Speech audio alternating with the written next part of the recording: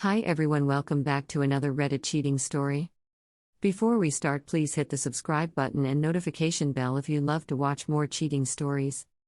2BF cheated on me. Worst part is the girl got pregnant. We got through that again and continued with our relationship normally.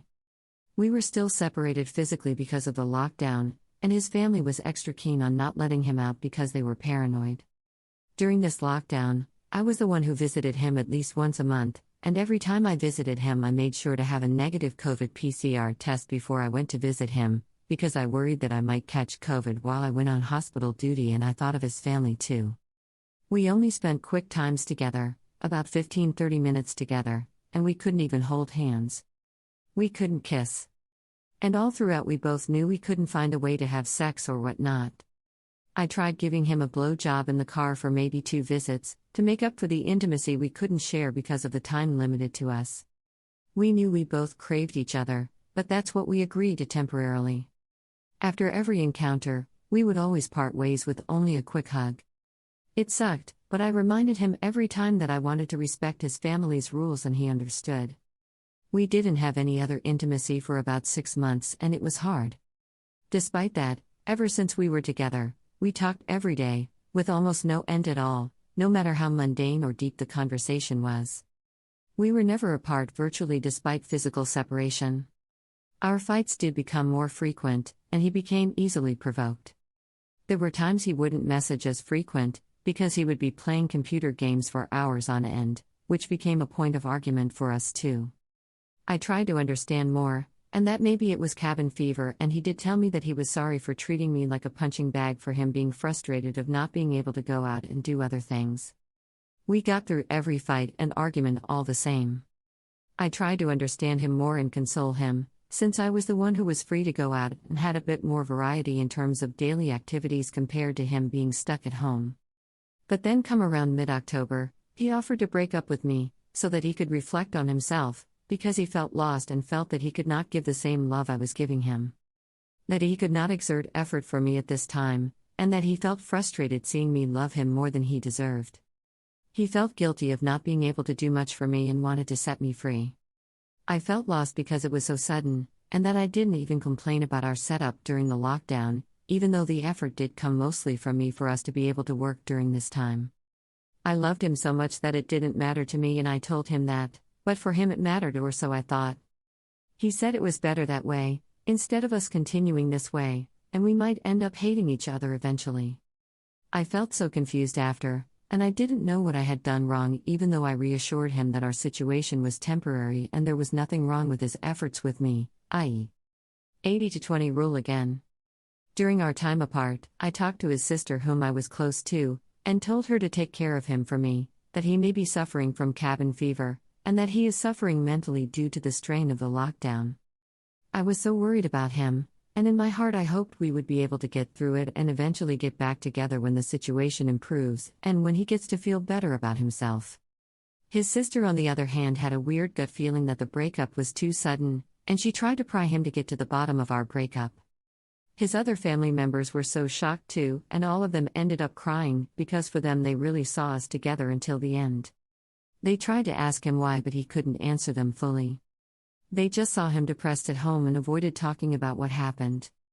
Weeks passed and I was still so devastated, crying every day even while on duty at the hospital, trying to figure out what went wrong between us, with my coworkers seeing me trying to keep it together every time.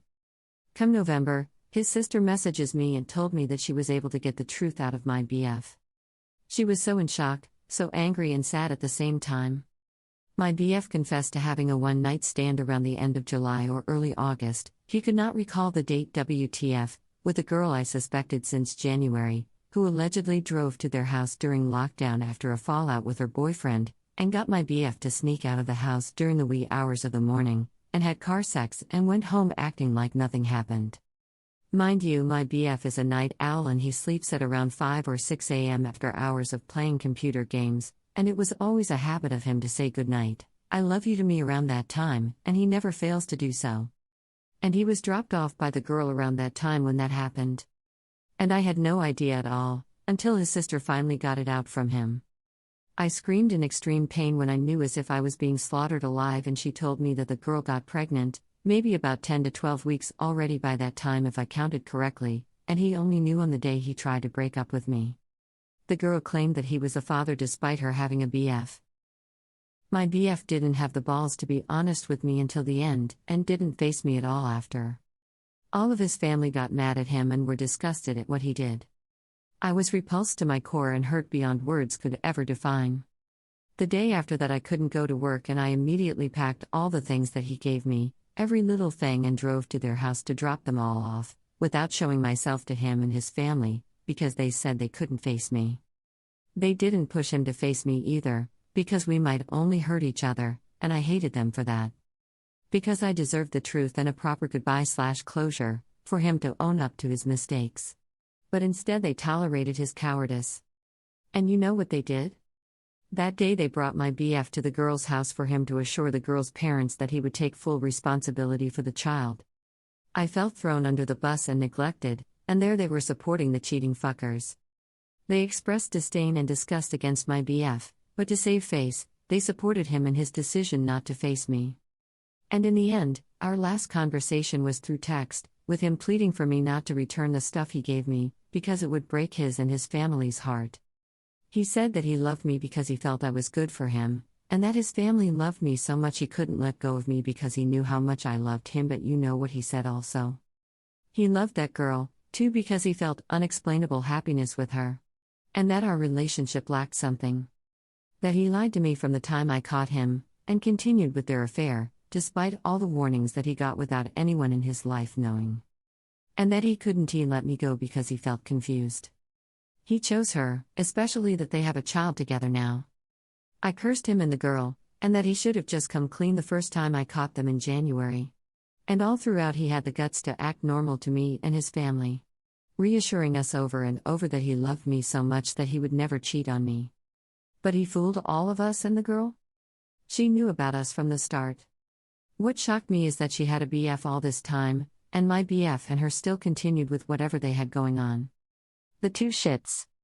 And that she wanted to say sorry for what happened, fuck you bitch, and that she knew from the start how much my BF's family loved me. This girl blocked me on all of her social media profiles before all of this shit blew up, and I couldn't search her anymore. Unlike before, I don't know how, if she was the one who really intended to or my manipulative BF, who protected her from me. What I couldn't wrap my head around also is that when his family confronted him after he told them what happened, he told them that I was the one he truly loved, and that he was just lost in the moment with the girl when it happened, that there was nothing going on between them at all.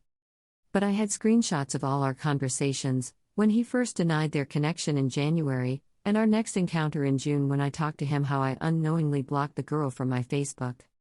I left all the receipts with his sister, and from my suspicion she knew who the girl was too, so imagine her shock also when she came up again, this time with biggest fuck up with my BF. My BF's sister and all his family felt how much I loved him, and they knew I loved all of them too with all my heart, because they were his family. And they expressed how they loved me too, and couldn't accept the girl when the shit blew up in our faces. They didn't want him to marry her because they didn't know her, and that they loved me as part of their family too, but by tradition, as their family had to take responsibility for what my fucked up BF did, they had to show support for the pregnancy. And it kills me every day, for having to walk away from all of them, seeing them try to save face and support the bitch and to be thrown away by the one that I loved. Thinking that all this time he had been loving me truly when in truth he is the worst kind of man any woman could encounter, with how he was deliberate in lying and manipulating his way out, despite being caught and being given the chance to be honest. And all this time he knew how much I loved him and still went on doing it, despite him being cheated on before and him knowing the sinking feeling of betrayal that would haunt you for years. When he saw the box of stuff that I returned, he broke down in tears, his sister told me. He texted me afterward, asking me why I still decided to return the things he gave me, especially his letters to me and the stethoscope, which had a keychain of both our names on it. I didn't want to have any trace of him left with me, and I'm the sentimental type who keeps everything. It hurt like hell to do it, but I felt too repulsed by his memories, no matter how good they were. It felt a little good too, because I wanted to be free of him. And I don't want to remember him at all. Up to this day I cry every day, even though people tell me I was lucky to have dodged that bullet. And was not the one who ended up pregnant with such a despicable person who I thought I knew. They tell me that karma is waiting for the girl and my BF to comfort me. I hope so too, but I know I shouldn't think that way. I try to act normally, especially that I have to go on with my life, to go on hospital duty over and over. My colleagues are a big help to me right now, and I told them my story too and help me get through my trauma each day, listening to me and comforting me every time I break down despite being on duty as a doctor. I reconnected with friends who have been through similar stuff and they are helping me get through this too. I feel bad for cursing him and the girl, but uttering those words were the worst I was able to do. No matter how much I wanted to hurt them, just to show them the immense pain they had caused.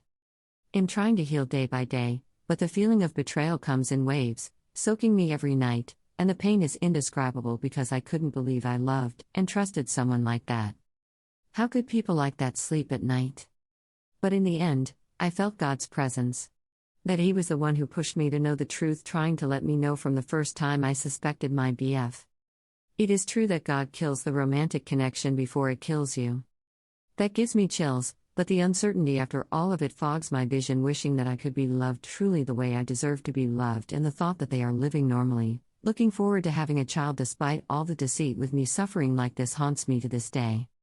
I pray every day that I may be closer to healing, that I may forget everything. They say we should forgive those who wronged us no matter what, but I don't have the strength to do so yet with so much manipulation and betrayal. How do you heal from something like this? TLDR, long-term BF, felt like a fated union, almost like husband and wife.